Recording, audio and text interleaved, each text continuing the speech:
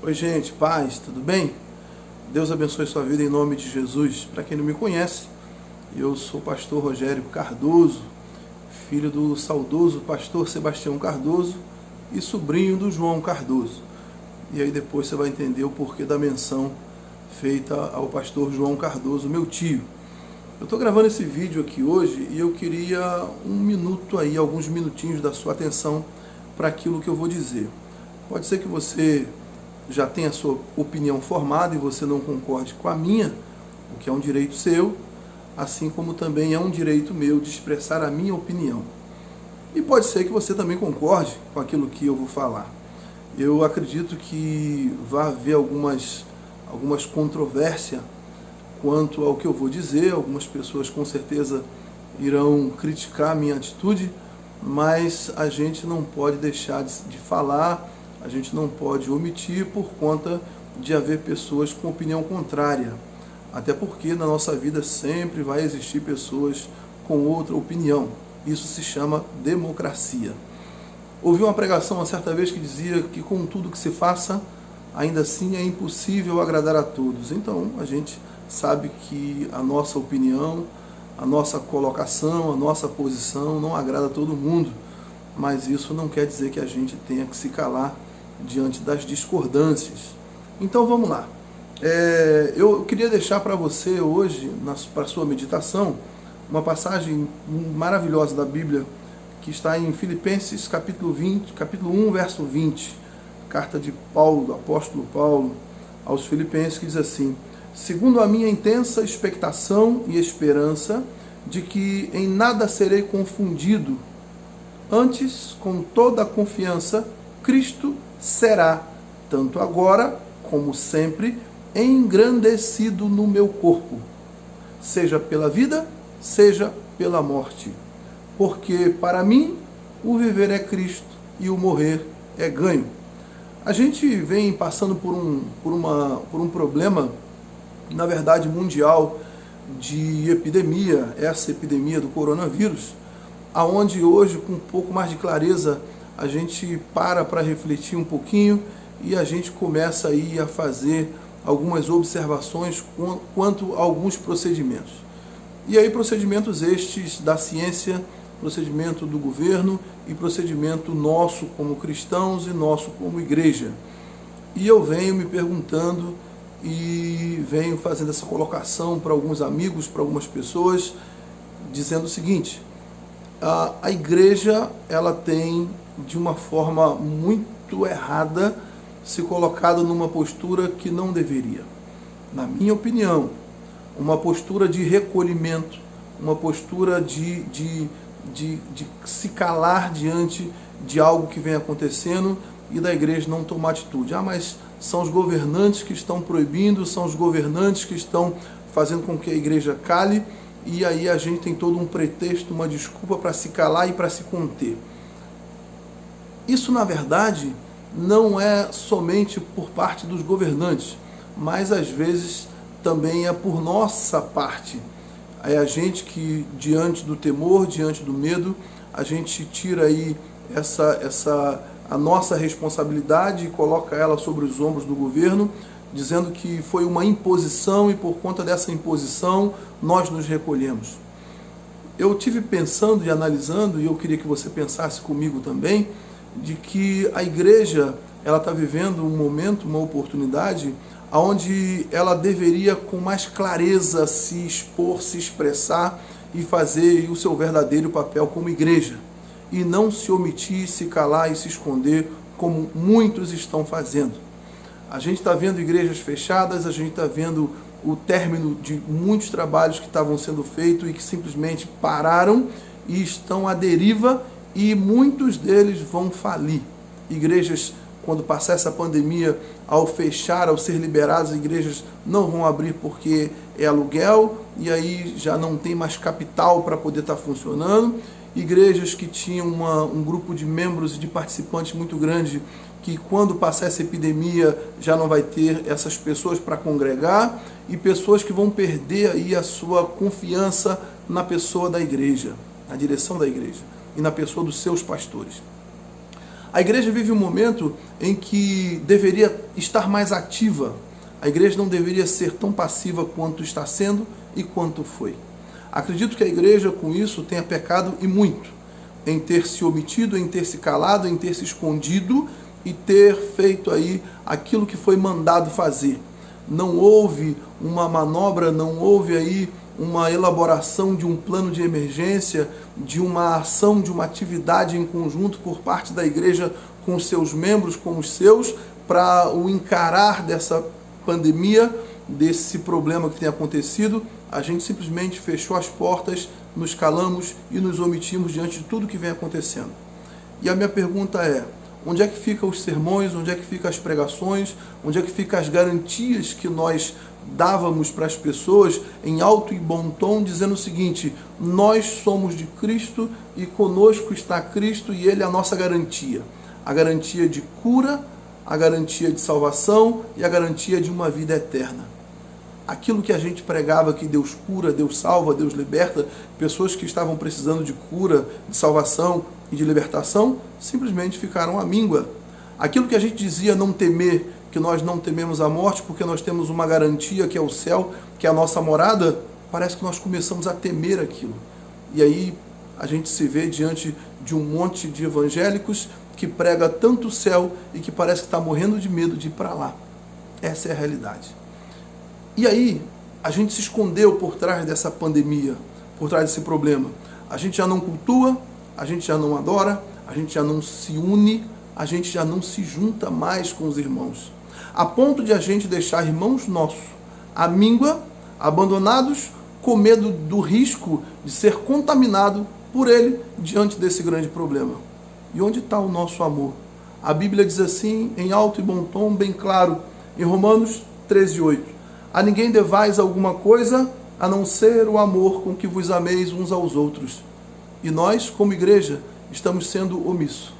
Se uma pessoa doente, enferma, com problema de coronavírus, lhe chamasse, lhe pedisse uma oração, uma imposição de mãos, para que você fosse até a casa dela, para dar uma assistência, e você como cristão, qual seria a sua atitude? Você iria? Ou você simplesmente ficaria em reclusão, como nós estamos ficando, e não daria atenção para essa pessoa que tanto precisa? E onde fica a nossa pregação? Onde fica o nosso amor por Cristo, nosso amor pelo Evangelho? Aconteceu recente, agora há pouco, um caso na nossa família, e muitos de vocês conhecem, o pastor João Cardoso. O pastor João Cardoso, ele foi acometido do coronavírus e por conta disso ele veio a falecer. E um dos julgamentos que nós fizemos, algumas pessoas fizeram, foi: por que ele não se cuidou? Por que ele não se precaveu? Por que ele não se preveniu? Por que ele não se escondeu dessa doença? Sabe por que ele não se escondeu? Porque o amor que ele tinha dentro do peito pelas pessoas de quem ele cuidava era muito grande. E não deixava com que ele ficasse dentro de casa, isolado, trancado, sem dar assistência. Sabe qual foi a última atitude dele? Foi ele ir até as pessoas, com todo o risco que se tinha, levar cesta básica para a pessoa que estava precisando e dar ceia para elas. E ao ser falado sobre o risco que ele corria de ser contaminado por esse vírus, sabe qual foi a resposta dele? Não tem problema, eu não tenho medo da morte, porque o meu lugar não é aqui, o meu lugar é o céu. E sabe o que aconteceu? Esse mesmo pastor João, ao ser infectado por esse coronavírus e vir a óbito, ele foi para a glória. É isso que eu acredito. É isso que nós, como evangélicos, acreditamos. E aí eu pediria que você fizesse uma reflexão nesse momento. Imagina a situação: o pastor João chegando no céu, se encontrando com Deus e recebendo um abraço de Deus antes de entrar. E Deus, com todo o orgulho do pastor João, pelo serviço que ele fez aqui na terra, dizendo para ele assim: olha, eu estou orgulhoso de você. Você não temeu a morte. Você não teve medo de vírus. Você não deixou de dar assistência para pessoas que precisavam por conta de uma pandemia. Você não foi covarde. Você teve atitude. Imagina a glória, a honra, o galardão. Agora imagina uma outra cena, uma cena contrária a essa.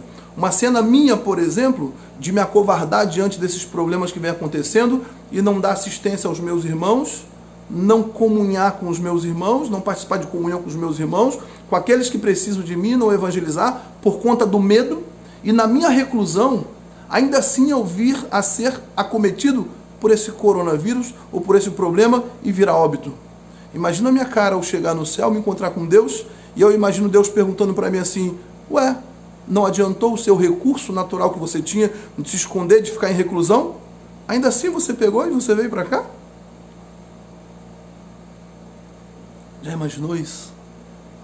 Já pensou o quanto isso é pesado? Você já parou para pensar o quanto a igreja está sendo omissa? O quanto a igreja não está fazendo a sua parte? A igreja parece que trancou dentro do peito o amor e está deixando para amar depois da pandemia. A igreja, ela entrou em reclusão e está deixando para dar assistência às pessoas depois numa hora mais favorável, numa melhor oportunidade. Quando, na verdade, a nossa posição como igreja, o nosso momento não é depois, era agora. Era dizer em alto e bom tom para as pessoas o seguinte, nós somos igreja e nós estamos aqui para aquilo que você precisar. Nós estamos aqui para orar pela sua vida, nós estamos aqui para ajudar você, ainda que isso nos custe a vida, mas o meu trabalho como igreja, a minha missão como igreja, é isso. Essa é a essência do Evangelho. Essa é a essência do amor. Então não adianta nós dizermos que temos amor, que amamos, que somos companheiros, que as pessoas podem contar com a nossa ajuda, podem contar conosco, quando na hora que as pessoas mais precisam de nós como igreja, nós estamos reclusos. Você olha as redes sociais, você olha as pessoas por aí, você vê todo mundo, parece que está com a sua vida normal, as festas continuam, as baladas, futebol, e tudo continua. Porém, a igreja não está assim. A igreja, por conta de estar em reclusão, ela diminuiu as suas atividades. Poucas pessoas ainda fazem live, que não é lá grande coisa, não resolve, porque de uma igreja que tem mais de 150 membros, 50 no máximo vêm em live. E aqueles que de fato precisam, não para ver live. Queria ouvir pessoalmente. Queria ver uma igreja aberta. Queria ser atendido por pessoa física. E não uma imagem via celular, não uma imagem via internet. Tenho orgulho demais do meu tio João. Orgulho demais. Foi um guerreiro. E aquela concepção errada que nós tínhamos de dizer, de julgar que ele foi imprudente, não. Ele seria imprudente no coração dele, para ele, se ele tivesse ficado em casa. A maior atitude de amor que ele teve foi ele se sujeitar, foi ele correr o risco, foi ele mostrar que valia a pena a obra, a caridade e o amor que ele tinha pela vida das pessoas. Teve um galardão garantido lá no céu. E a minha pergunta para você hoje, a pergunta para mim hoje, o que nos espera? Um abraço de Deus e um dizer assim, eu estou orgulhoso de você porque você não se omitiu, você não se escondeu, você não foi covarde, você foi fiel.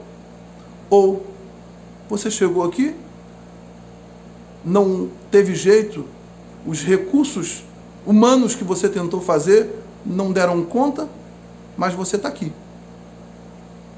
Não se esconda, não se omita. Isso não é papel nosso como evangélico. Eu tenho certeza que isso vai machucar um pouquinho, de repente, o seu coração, isso vai entrar em confronto com o seu entendimento por um momento. Mas se você refletir, se você pensar direitinho, você vai ver que nós estamos sendo omissos, covarde, e esse não é o nosso papel. O nosso papel é sermos corajosos. Eu não digo para você que você está livre dessa pandemia. É óbvio que eu não estou dizendo que você tem que se arriscar de qualquer jeito, de qualquer maneira. Não, não é isso. Você até tem que se precaver. O que você não pode é se acovardar e se esconder debaixo de uma lei, debaixo de uma ordem, de um governo corrupto e diabólico, deixar morrer, deixar míngua tantas pessoas que precisam de uma palavra amiga, uma palavra de fé, uma palavra de amor. Então você, em nome de Jesus, como cristão, como evangélico, se levante. Chega de ficar sentado, chega de ficar parado. Vamos cultuar, vamos adorar, Vamos falar para as pessoas que Jesus cura, porque vai ser feio demais, depois de passar essa pandemia, parar uma pessoa na porta da nossa igreja e dizer assim: vocês que falam tanto que Jesus cura, na hora da doença todo mundo correu. Vocês que dizem que não tem medo da morte, que a salvação é garantida, que a vida eterna é um direito, por que temeram? E aí Paulo diz assim: porque segundo a minha expectação de esperança, de que em nada eu serei confundido, antes, com toda a confiança, Cristo será, tanto agora como sempre, engrandecido no meu corpo, seja pela vida, seja pela morte. Porque para mim, o viver é Cristo e o morrer é ganho. Se você está com medo da morte, se você está com medo de todo esse problema que está acontecendo, eu acho que está na hora da gente revisar os nossos conceitos, os nossos valores como cristão. A gente tem que ser mais autêntico e a gente não está sendo. Deus abençoe a sua vida em nome de Jesus. Reflita um pouquinho sobre isso e você vai ver que a gente tem razão no que fala, porque a gente fala pautado na Bíblia. Não estou mandando você ser um louco, sair por aí para ser contaminado e ser levado a óbito. Mas se na sua empreitada, se na minha empreitada formos acometidos por isso, por que você está temendo a morte se você tem uma salvação garantida? Eu tenho a minha, estou confiante e isso não me abala. Deus abençoe sua vida em nome de Jesus. Fique em paz.